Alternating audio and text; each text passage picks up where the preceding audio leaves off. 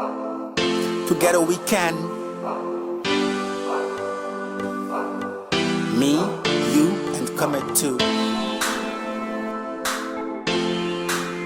Love, Community Empowerment and Transformation Project Phase 2. Together we can make a difference, me and you and COMET-II.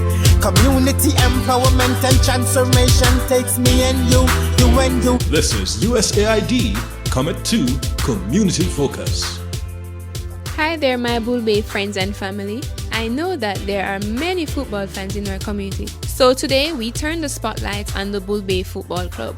We hear first from its current president and then from Bevel Grasset and Marlon Henry, two footballers who have learned important life lessons just from playing the game. First, let us welcome the president of the football club, Mr. Paul Hibbert. And here with me is Mr. Paul Hibbert, president of the Bull Bay Football Club. You can give us the history of the Bull Bay Football Club. We were formed, I think, in 1975 at the foot of the Bubba Hill by some concerned citizens who thought that the kids had nothing to do. So football was a good avenue to get them off the street and in some organized activity. We have been through the whole spectrum of football. We've been to the lowest league, we have been to the highest league. We are now in Super League, and we are trying to organize a club not just as a football club, but as a community group.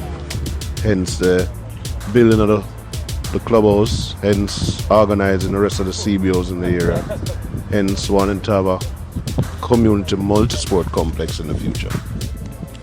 So what's the membership like? Does the club have just one standard football team, like have a junior, a senior? We actually have 5 groups, under 13, under 15, under 17, under 20, and a senior group. And we're hoping to add a women's team to the group, which we've had in the past.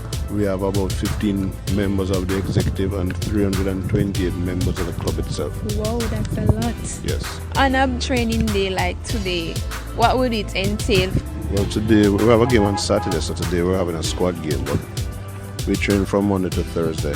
We play games on the weekends mostly, so it depends on what we think and what we've seen in the games previously, and we try to make the adjustments during the week and prepare for the games that's coming up. In terms of where Comet stepped in, what was your changing facility like before Comet stepped in? We actually had a changing room, but one of the hurricanes destroyed it. That's the building over there. So this building that we have, the clubhouse that we have, is not necessarily going to be the changing room. It's a temporary changing room. It's going to house the executive of the club, the CDC, and hopefully a business below while we work on getting the changing room across the other side finished. Speaking about the CDC, is the Bull Bay Football Club working to bring back a CDC in Bull Bay? That's what we're trying to do. We have seen where no one has taken the step to bring the CDC forward. So we have decided to do it. We're trying to bring all the CBOs, all the community groups together. And if after the CDC is formed, hopefully the community of Bull Bay will be the beneficiaries. And plans to return to the National Premier League? We'll talk about that at another time. That was Paul Hibbert, president of the Bull Bay Football Club, telling us about the history and development of the club. Your time now. Bevel Grasset has been the captain of the Bull Bay Football Club for 4 years and Marlon Henry a member. Let's hear what they have to say about the game and what they have learned besides just how to play the game. We're here with 2 members of the Bull Bay Football Club. We have Marlon Henry and Bevel Grasset. What's the impact of the Bull Bay Football Club in your community? Well, first of all, I've been here from I was 9 years old, and football was a passion and it was a dream for me. I came here just to nurture talent and see where it can take me. If you believe in yourself, it can happen. What I'm saying is that the club has impacted a lot for me in terms of nurturing my talent and further also my education, because the club has opened a number of doors for me to excel in education. And you have benefit from the club both socially and education. The club is also a well-known club throughout the country, and a lot of persons can recognize me when I'm on the road and know that I'm a Bull Bay player. and it also entails a lot of respect towards So younger. within the community, does the Bull Bay Football Club have a great impact, like person saying, I want to be like that player from the Bull Bay? Yeah, numerous of players as well, because I'm older than most of the players in the team right now. And while playing, since I was playing from 9, you have other younger persons like probably 4 or 5 years younger than me who has excelled and was looking up to me from at that age. So see how this player's a good player from that time, and they look up to me. So they have excelled, reached further heights and playing national league. So at least I can say somebody has reached somewhere that I haven't reached, but was looking up to me from a younger age. So yeah. And yourself in the next 2 years, you're hoping to go further, go into coaching? Yeah, I have the interest of doing that, and I think at the end of this year, I think I'm going to approach getting my first coaching degree. So I'm just waiting on the end of this year to start, or close by to start that degree program. And well, I look forward for this club to reach National League within the next season. If not this season, the next season, because it should happen 2 seasons ago, but unfortunately it hasn't happened. But we're working towards it, and the club have some good players, and we're going to excel and reach the National League by next year, hopefully. So we're moving over to the captain. Captain, your task as a captain, coming here in the evenings and trying to run up the guys and such. How hard is it? Well, basically, we've been together for a very long time now, so it isn't really hard, you know. We come in and we know what we're supposed to do, so all of us lead, get them in and get the work done. So how long has you been captain of the Bull Bay Football Club? For 4 years, man. 4 or 5 years in the region, yeah. 4 to 5 years. We're the overall what, for the senior team, or Yeah, this is the senior team, so I'm the team. captain for the senior team. Okay. Why do you join the Bull Bay Football Club? Obviously, I love to play the game and see my community. So I think it's best to represent my community. I have more passion playing for my home team. I just love the game overall. And where do you see yourself in the next 5 years? I'm probably starting my own business.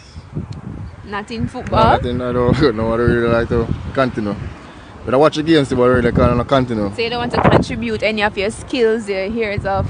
Yeah, I will come on everyone, yes, but I want to make it be Oh, so you volunteer your service? Volunteer your service, but I want to make it be like a job. That was Beville Grasset and Marlon Henry. Together we can make a difference, me and you and COMET-II. Community empowerment and transformation takes me and you and you. My next guest is Samantha Harvey, a community member of whom we are very proud. From humble beginnings, she has become a Justice of the Peace, and she is now the USAID Comet-II Community Coordinator for the Parish of St. Andrew. Welcome, Samantha Harvey.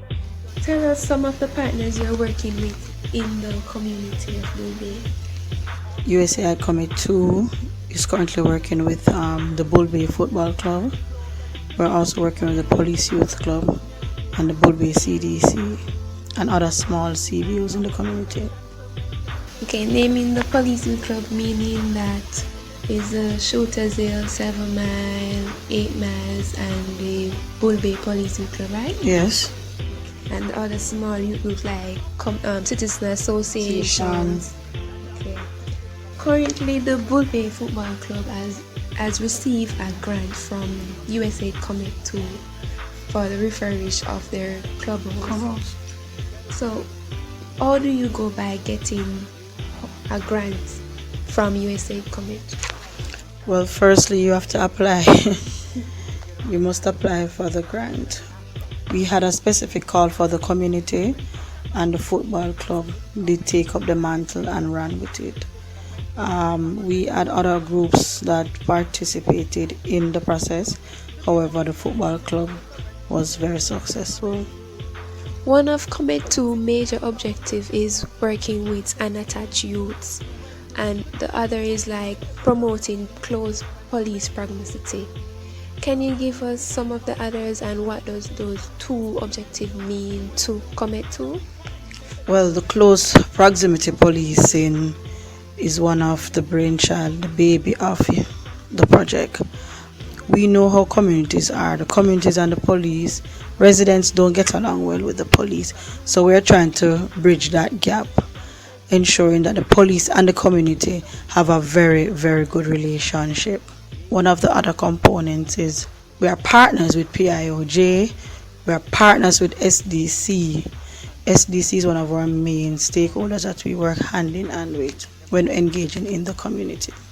They're the community maker of Jamaica, the Social Development Commission. Yes. Okay.